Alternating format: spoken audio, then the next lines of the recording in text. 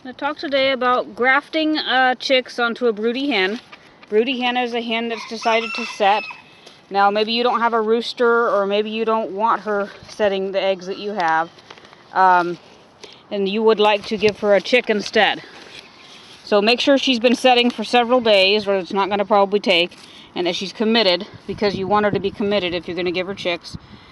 On a standard hen, this is a Sarama, but on a standard hen you have only 3 days to graft that chick on from the time it's born, because it starts to bond, and after 3 days it will be scared of her if you give it to her.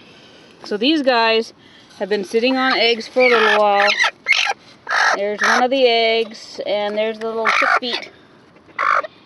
So earlier we took her eggs, most of them, and we gave her a little chick, and now we gave her back an egg so that she will sit still for the chick, because the chick needs her to be still and give it warmth, or the chick will die. They sit differently on the eggs than they do on the chicks. So don't leave the eggs too long, because they sit harder on them, and they can sometimes crush the chicks trying to sit on them as if they were the eggs, or crush them onto the eggs, and that's not good either. So with these particular hens, you have up to 2 weeks to put them on them. But the problem is, if you put the chick in there and it acts frightened of the hen, then she will either reject it or she may harm it. So you don't want that. So make sure that the chick is young enough, and continue to monitor them during the day. Put them in an enclosed area. These guys have been closed in their house all day, where the chicks can't get away, the moms can't get away, and nobody can disturb them. A small area where the chick won't get lost is best, because the mother hen, she can call to the chick, she can sit on the chick and offer to sit on the chick by the way she's sitting, but the chick is the one that's responsible for coming to her. I always tell people, the chicken doesn't have any hands. It can't pick up the chicks and put them under her.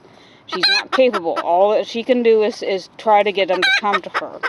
So it's all up to how the chick behaves and what the chick decides to do as to whether this is going to work out or not. But if that having been said, if she is not sitting on them and she's being crazy and moving around a lot and is visibly not acting maternal or setting anymore, then you may have to bail on it or try later or something like that. It's very fussy, and you do have to know that you are risking that the chick could have something happen to it. So all that having been said, it kind of reminds me of a scripture from Matthew 23, where the Lord was talking about Jerusalem directly, but he said, "How often I would have gathered your children together, even as a hen gathers her chickens under her wings, and you would not." So just the same way, he can't force us to be gathered to him, and the mother hen can't force the chicks to come and sit underneath of her. So it has to be a willing partnership between her and the chicks, but the chicks have the biggest responsibility. But it can be successful grafting them on. Just be careful what you're doing and make sure that she's not refusing them and they're not refusing her. Give them, a few days to bond in a small area. Make sure she's sitting on them steadily, especially newborn chicks, because they're not getting around very good. And they need more heat than older chicks do. But try not to introduce them into a larger flock area until they're very well grafted on and bonded. This has been grafting chicks onto a broody hen.